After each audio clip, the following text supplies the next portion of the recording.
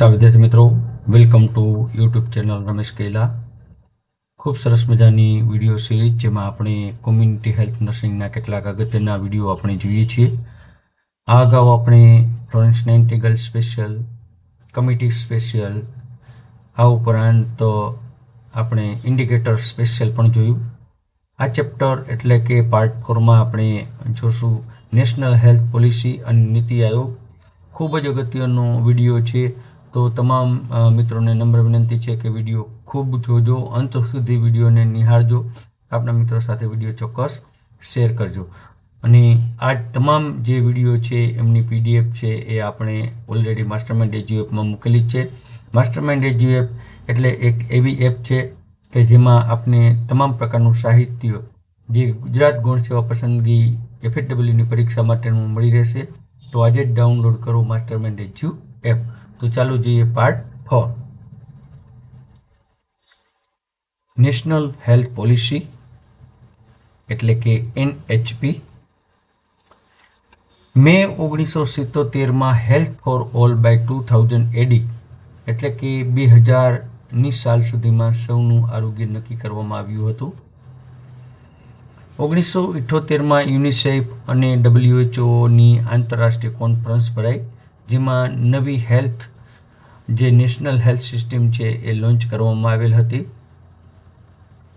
Primary health care એક એવી સેવા છે કે જે લોકો સ્વીકારે. ઘણી વખત પ્રાઇમરી હેલ્થ કેરની આપણને વ્યાખ્યા પૂછે અથવા તો પ્રાઇમરી હેલ્થ કેરમાં નીચેના પૈકી શેનો સમાવેશ થાય છે, તો લોકો સ્વીકારે, લોકો તેમાં ભાગીદાર થાય, દેશને આર્થિક બોજો ઓછો પડે તેવી સેવાઓ જે સૌના આરોગ્યનો સરળ રસ્તો છે એવું નક્કી કરવામાં આવ્યું. પ્રથમ નેશનલ હેલ્થ પોલિસી 1983માં અમલમાં આવી. ત્યારબાદ રિવાઇઝ કરી અને નેશનલ હેલ્થ પોલિસી 2002માં નક્કી કરવામાં આવી.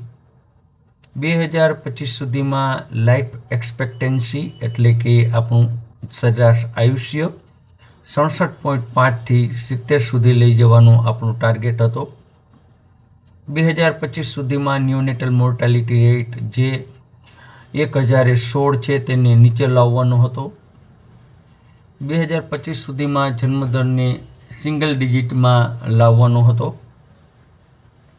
2025 સુધીમાં ટોટલ ફર્ટિલિટી રેટ 2.1 સુધી લઈ આવવાનો હતો. 2025 સુધીમાં અંડર 5 મોર્ટાલિટી રેટ 1023 સુધી લઈ આવવાનો હતો. 2020 સુધીમાં મેટર્નલ મોર્ટાલિટી રેશિયો 1,100,000થી પણ નીચે લઈ જવાનો હતો. ઇન્ફન્ટ મોર્ટાલિટી રેટ 1028 સુધી લઈ જવાનો હતો. ત્યારે 90% ન્યૂબોર્ન 1 વર્ષમાં સંપૂર્ણપણે રસીકરણ કરવું, 90% સુધીના સંપૂર્ણ રસીકરણનો ટાર્ગેટ હતો. અને 90% ડિલિવરી છે એ સ્કિલ બર્થ એટેન્ડન્ટ મારફતે એટલે કે ઇન્સ્ટિટ્યુશનલ ડિલિવરી થાય એવું નક્કી કરવામાં આવ્યું હતું.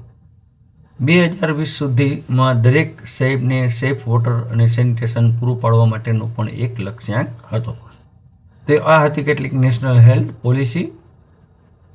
હવે આપણે જોઈએ નીતિ આયોગ 2015. નીતિ આયોગ આપણને આપણા સિલેબસમાં સ્પેશિયલ નીતિ આયોગ આપ્યું છે, એટલે વિડીયો થોડોક લાંબો હોય તો પણ તમે અંત સુધી જોજો.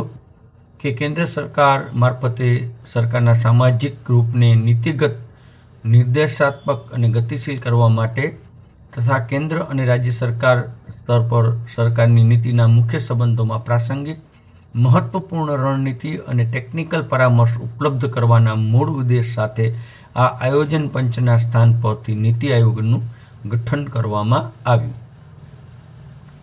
1 જાન્યુઆરી 2015ના રોજ 1 જાન્યુઆરી 2015ના રોજ કેન્દ્ર સરકારે આયોજન પંચને નીતિ આયોગમાં ફેરવી દીધું. તો 1 જાન્યુઆરી 2015થી નીતિ આયોગ ચાલુ થયું. આનું મુખ્ય કાર્યાલય છે એ નવી દિલ્હી ખાતે આવેલ છે. નીતિ આયોગમાં નીતિ એટલે હું NITI, તો national institution for transforming India, રાષ્ટ્રીય ભારત પરિવર્તન સંસ્થા, આને કહેવાય નીતિ, બરાબર. National institution for transforming India.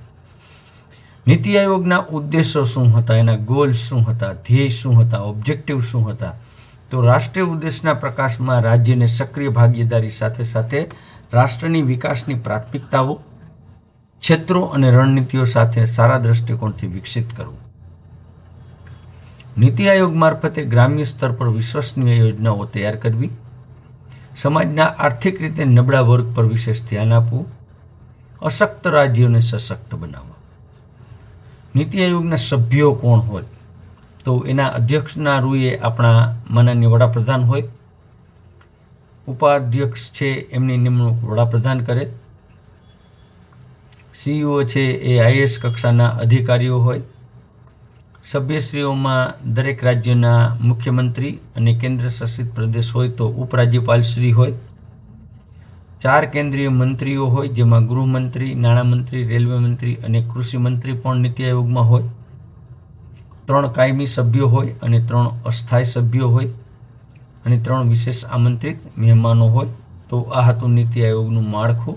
તો આપણને ઘણી વખત એમ પૂછે કે નીતિ આયોગના અધ્યક્ષ કોણ હોય? તો હોદ્દાના રૂએ માનનીય વડાપ્રધાન, જે કોઈ વડાપ્રધાન હોય તે હોઈ શકે.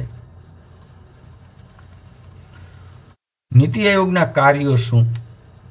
તો રાજ્યનો સંયુક્ત વિકાસ કરવો, સંઘ અને રાજ્યો વચ્ચે સુમેળ સાધવો, લાંબા ગાળાની યોજનાઓ બનાવી અને અમલમાં મૂકવી, રાજ્યો અને રાષ્ટ્રને મજબૂત બનાવવું, ગ્રામ્ય વિસ્તાર માટે વિશેષ યોજનાઓ બનાવવી, સમાજના વિશેષ સ્તર માટે વિશેષ યોજનાઓ બનાવવી, કાર્યક્રમ તૈયાર કરી અને અમલવારી પર દેખરેખ રાખવી, વિશેષ તજજ્ઞોની મદદથી નવું જ્ઞાન પૂરું પાડવું. તો આ હતા તેના કાર્યો.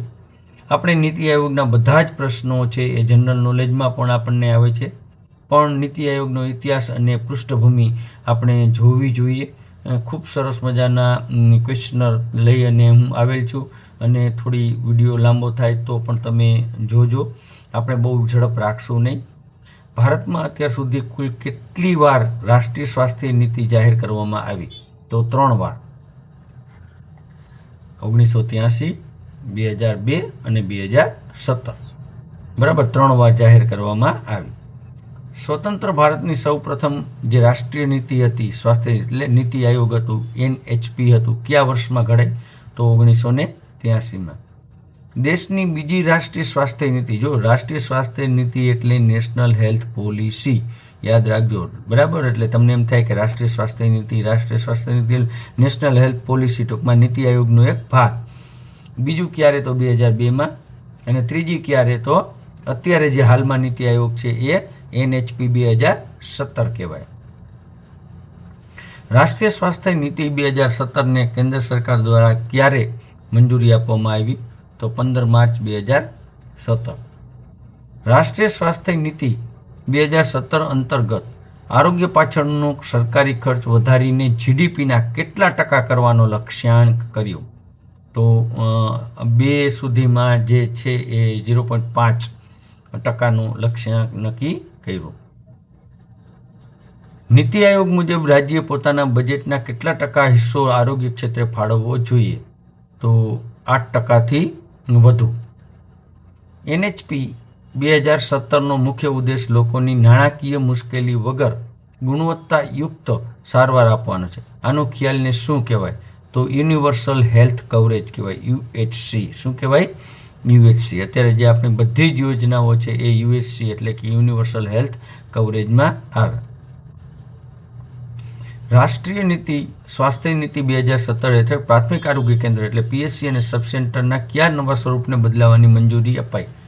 તો આ જે નવા જે સબ સેન્ટરો છે એને સબ સેન્ટરને આપણે અત્યારે આયુષ્યમાન આરોગ્ય મંદિર, હેલ્થ એન્ડ વેલનેસ સેન્ટર તરીકે આપણે ઓળખીએ છીએ. 2017ના નીતિ આયોગમાં અમલમાં આવ્યું.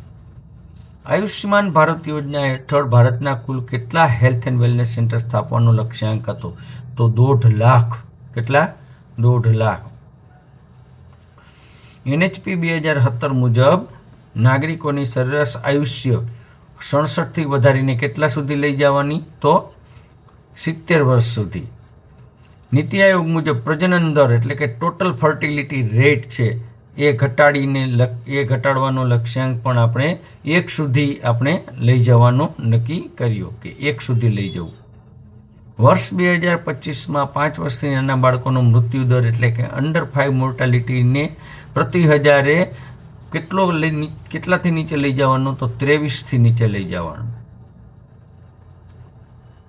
ઇન્ફન્ટ મોર્ટાલિટી રેટ છે એ 28 પ્રતિ હજારે આપણે લક્ષ્યાંક રાખ્યો. આપણે જે આગળ કોષ્ટક જોયું હતું મિલેનિયમ ડેવલપમેન્ટ ગોલ અને સસ્ટેનેબલ ગોલ ડેવલપમેન્ટ ગોલ, તો આ એક નીતિ આયોગનો ભાગ જ છે.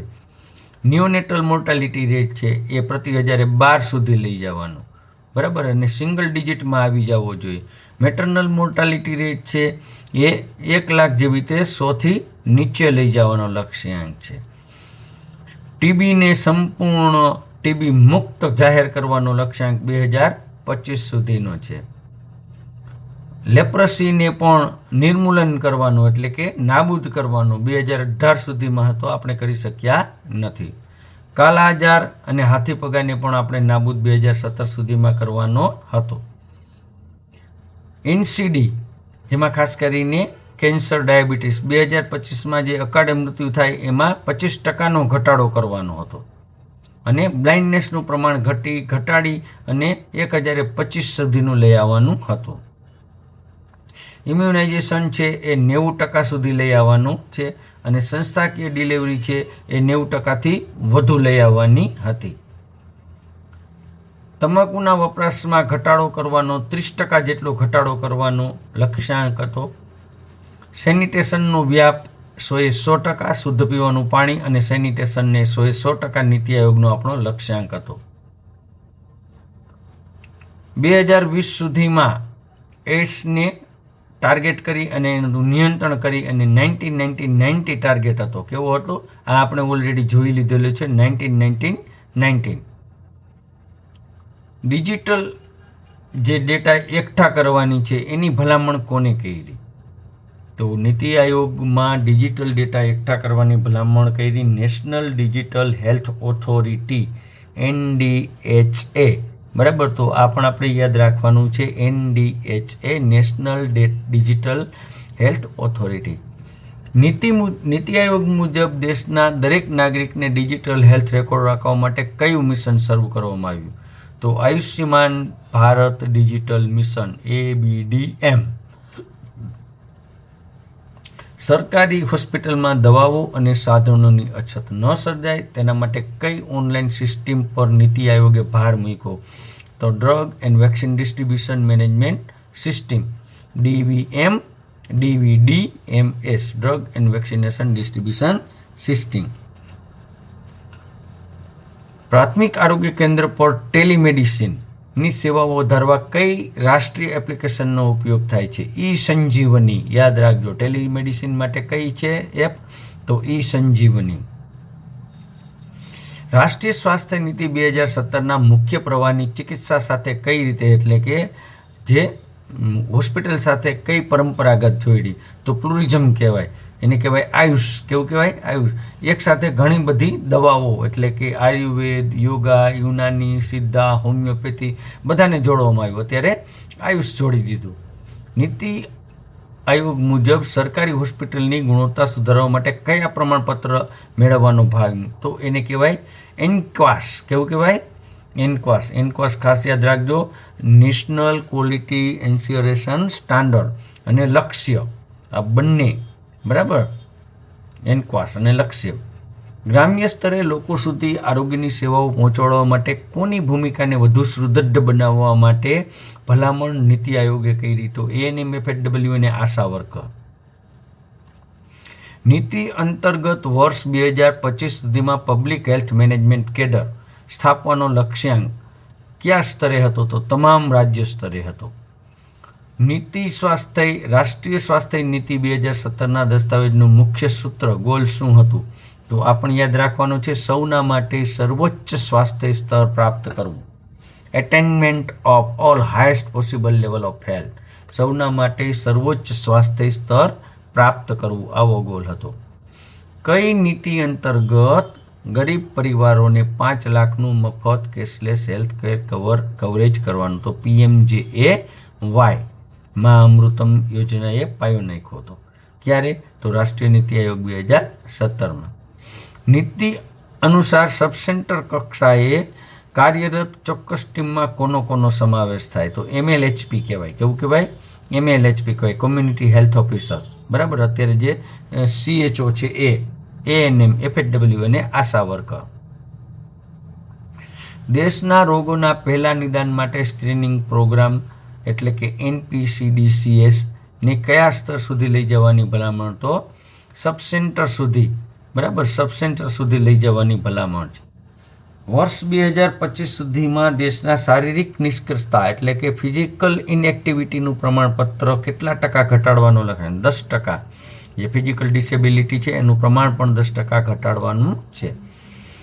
બરાબર. 2017માં કઈ ઉંમરના લોકોની સ્વાસ્થ્ય માટે ખાસ કાળજી અને જીરિયાટ્રિક વોર્ડની ભલામણ કરી? તો વૃદ્ધો માટે અને 60 વર્ષથી ઉપરના નાગરિકો માટે. નીતિ આયોગ મુજબ પ્રસૂતિ દરમિયાન થતા મૃત્યુ અટકાવવા માટેના પ્લેટફોર્મને રિયલ ટાઈમ મોનિટરિંગ થાય એને શું કહેવાય? તો એને કહેવાય અનમોલ અને સુમન. 2 પોર્ટલ છે, ANM ઓનલાઈન, અનમોલ અને સુમન. બરાબર, આ બંને પોર્ટલ છે. તો આ પણ યાદ રાખજો ખાસ કે પ્રસૂતિ દરમિયાનના મૃત્યુ અટકાવવા માટેનું રિયલ ટાઈમ મોનિટરિંગ છે એ અનમોલ અને સુમન બંને દ્વારા થાય. રાષ્ટ્રીય સ્વાસ્થ્ય નીતિ અમલીકરણ માટે કેન્દ્રીય કક્ષાએ સર્વોચ્ચ મંત્રાલય કયું છે? તો આરોગ્ય અને પરિવાર કલ્યાણ. સ્વાસ્થ્ય નીતિ મુજબ શાળાના બાળકોની સ્વાસ્થ્ય સ્ક્રીનિંગ માટે કઈ યોજના સક્રિય છે? તો શાળા આરોગ્ય કાર્યક્રમ. કઈ નીતિમાં સ્વાસ્થ્ય એ માત્ર રોગની ગેરહાજરી નથી પરંતુ શારીરિક, માનસિક, સામાજિક અને સુખાકારી છે એ વ્યાખ્યા કેન્દ્રમાં રખાઈ? તો નેશનલ હેલ્થ પોલિસી 2017માં. નીતિ અનુસાર 2025 સુધીમાં નવજાત શિશુના જન્મ સમયના ઓછા વજન એટલે કે લો બર્થ વેઇટના કેસમાં મોટો ઘટાડો કરવાનો લક્ષ્યાંકના કાર્યક્રમને આપણે શું કહીશું? તો પોષણ અભિયાન. કેવું કહેવાય? પોષણ અભિયાન. પ્રાથમિક આરોગ્ય કેન્દ્ર કક્ષાએ દર્દીને મળતી મફત દવાઓની યાદીને શું કહેવાય? તો EDL. યાદ રાખજો, એસેન્શિયલ ડ્રગ લિસ્ટ. 2017 મુજબ પ્રાથમિક હેલ્થ સેન્ટર પર વર્ષ 2020 સુધીમાં રેફરલ સિસ્ટમ મજબૂત કરવાનો ટાર્ગેટ. તો 100% બેઝ. બરાબર, જે રેફરલ કાર્યક્રમ છે એ 100% હોવો જોઈએ. નીતિ મુજબ સ્વાસ્થ્ય જાગૃતિ માટે કયા માધ્યમનો ઉપયોગ ગ્રામ્ય કક્ષાએ વધારવાની જવાબદારી FHWની છે? તો IEC, information communication and technology. રાષ્ટ્રીય સ્વાસ્થ્ય નીતિ 2017નો હેતુ દેશના કયા ભૌગોલિક વિસ્તારને સેવાઓ મજબૂત કરવાનો છે? ગ્રામીણ, આદિવાસી, પછાત વિસ્તારોની સ્વાસ્થ્ય સુવિધાના અસમાનતા દૂર કરવી. ભોર કમિટી 1946 સ્વાસ્થ્ય આયોજન માટે વિકાસ સમિતિ તરીકે ઓળખાય છે. તેમણે પ્રાથમિક આરોગ્ય કેન્દ્રને સ્થાપવાની સૌપ્રથમ ભલામણ કરી હતી. મુદલિયાર કમિટી 1962 સ્વાસ્થ્ય મોજણી એટલે કે સર્વે. બરાબર, હેલ્થ સર્વે અને આયોજન સમિતિએ હોસ્પિટલને મજબૂત કરવાની અને મેડિકલ કોલેજ સ્થાપવા પર ભાર મૂક્યો હતો. આપણે ઓલરેડી કમિટી જોઈ ગયા, અહીંયા આપણે ફરીને રિપીટ કરશું. ચડ્ઢા સમિતિ 1963 મેલેરિયા નાબૂદી અને ફેમિલી પ્લાનિંગને પર ભાર મૂક્યો. કરતારસિંહ કમિટી 1973 મલ્ટીપર્પઝ હેલ્થ વર્કરનો ખ્યાલ આપ્યો. બરાબર, MPHW, FHWનો ખ્યાલ કોને આપ્યો? તો કરતારસિંહ કમિટીએ. શ્રીવાસ્તવ કમિટી 1975 તો ગ્રામ્ય કક્ષાએ હેલ્થ ગાઈડ અને રોબોસ્ટ રેફરલ સિસ્ટમ સ્થાપવાની ભલામણ કરી હતી. ભારતમાં આધુનિક પબ્લિક હેલ્થ સિસ્ટમનો પાયો કઈ સમિતિ પર આધારિત છે? તો ભોર સમિતિ 1946. જાહેર સ્વાસ્થ્ય સેવાઓ મફત હોવી જોઈએ અને કોઈ પણ નાણાંના અભાવે સ્વાસ્થ્યથી વંચિત રહેવા ન જોઈએ. આ ભલામણ કોણે કરી હતી? તો ભોર કમિટીએ. કઈ સમિતિની ભલામણને આધારે ભારતમાં ANMને મલ્ટીપર્પઝ વર્કર એટલે કે ફિમેલ તરીકે ઓળખવામાં આવ્યા? તો કરતારસિંહ કમિટી 1973. કરતારસિંહ સમિતિના મુજબ દર કેટલી વસ્તીએ એક સબ સેન્ટર અને પેટા સબ સેન્ટર? તો 5000ની વસ્તીએ. ગ્રામ્ય સ્તરે સ્થાનિક સમુદાયમાંથી જ આરોગ્ય વર્કર એટલે કે કોમ્યુનિટી હેલ્થ ગાઈડ તૈયાર કરવાની ભલામણ કોને કરી? તો શ્રીવાસ્તવ સમિતિએ. રાષ્ટ્રીય સ્વાસ્થ્ય નીતિ 2017 હેઠળ શરૂ કરવામાં આવેલ હેલ્થ અને વેલનેસ સેન્ટરનું નવું નામ બદલીને શું રાખ્યું? તો આયુષ્યમાન આરોગ્ય મંદિર. આયુષ્યમાન આરોગ્ય મંદિર પ્રાથમિક આરોગ્ય સેવાઓ ઉપરાંત કઈ વધારાની સુખાકારી સેવાઓ પર ભાર મૂકે છે? તો યોગા, શારીરિક વ્યાયામ અને વેલનેસ કાઉન્સેલિંગ. આયુષ્યમાન આરોગ્ય મંદિરમાં કઈ 12 પ્રાથમિક સેવાઓ, કોમ્પ્રિહેન્સિવ સેવાઓ જેને કહેવાય કોમ્પ્રિહેન્સિવ પ્રાઇમરી કેરનો સમાવેશ થાય છે? તો માતા બાળ સ્વાસ્થ્ય, રસીકરણ, માનસિક સ્વાસ્થ્ય, બિનચેપી રોગોનું સ્ક્રીનિંગ વગેરેનો સમાવેશ થાય છે. હેલ્થ વેલફેર સેન્ટર અથવા તો આયુષ્યમાન આરોગ્ય મંદિર ખાતે નિયુક્ત થતા CHOનું પૂરું નામ? કોમ્યુનિટી હેલ્થ ઓફિસર, સમુદાયના સ્વાસ્થ્ય અધિકારી. CHO તરીકે ફરજ બજાવવા માટે નર્સિંગ ગ્રેજ્યુએટનો કયો વિશિષ્ટ બ્રિજ કોર્સ કરવામાં આવે છે? PBCCHN, certified in community health four nurses. સંયુક્ત રાષ્ટ્ર UN દ્વારા નક્કી કરાયેલા ટકાઉ વિકાસ લક્ષ્યાંકો એટલે કે આપણે આવ્યું હતું SDG, sustainable development goal SDG, તો ક્યાં સુધી હતું? તો 2030 સુધીમાં. SDGમાં કયો સ્વાસ્થ્ય અને સુખાકારીનો ગોલ સાથે જોડાયેલો હતો? તો ગોલ નંબર 3. બરાબર. સ્વાસ્થ્ય અને સુખાકારી માટે કયો ગોલ હતો? તો ગોલ નંબર 3. ગોલ નંબર 3ના લક્ષ્યાંક મુજબ 2030 સુધીમાં વૈશ્વિક સ્તરે માતા મૃત્યુદર ઘટાડીને પ્રતિ લાખ જીવિત જન્મે કેટલો લઈ આવવાનો? તો 70થી નીચે લઈ આવવાનો 2030 સુધીમાં. SDG અંતર્ગત 2030 સુધીમાં કયા 2 મુખ્ય બાળ મૃત્યુ દરને સંપૂર્ણપણે અટકાવી શકાય તેવા સ્તરે લઈ આવવાના? તો નવજાત શિશુ મૃત્યુદર એટલે કે NMR અને અંડર 5 MR.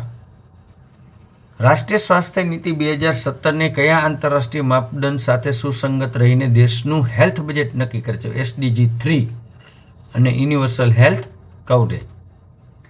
રાષ્ટ્રીય સ્વાસ્થ્ય નીતિ આદેશ મુજબ આયુષ્યમાન આરોગ્ય મંદિર પર કઈ ઉંમરથી વધુ વયના નાગરિકોને બિનચેપી રોગ માટે સ્ક્રીનિંગ કરવું ફરજિયાત છે? 30 કે તેથી વધુ વર્ષ. યાદ રાખજો, 30 કે તેથી વધુ.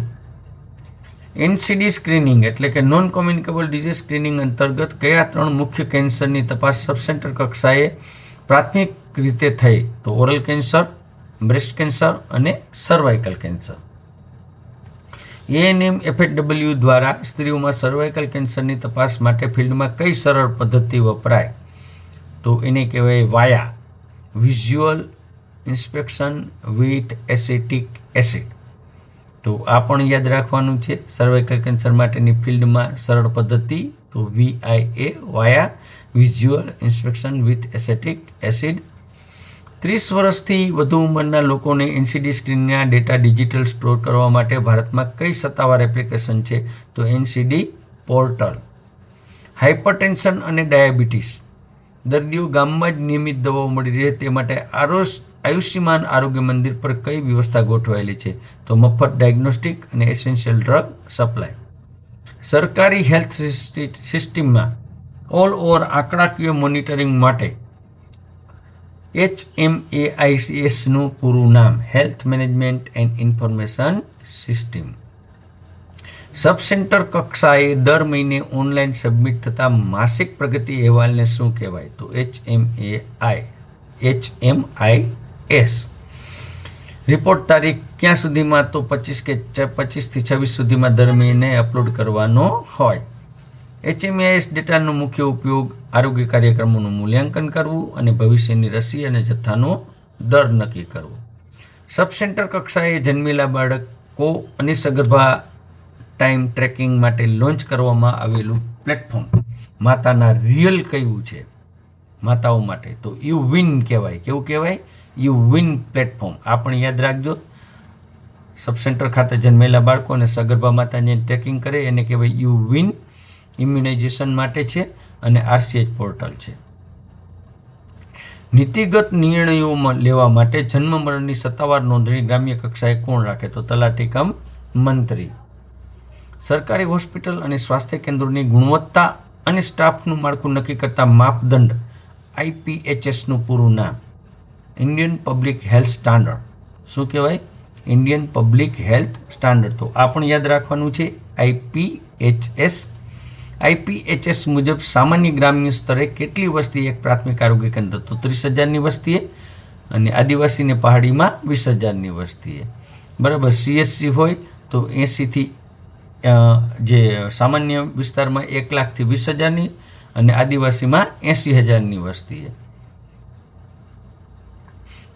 IPHSના નવા સુધારેલા નિયમ મુજબ 24 કલાક કાર્યરત PSCને કેમાં મૂકવામાં આવે?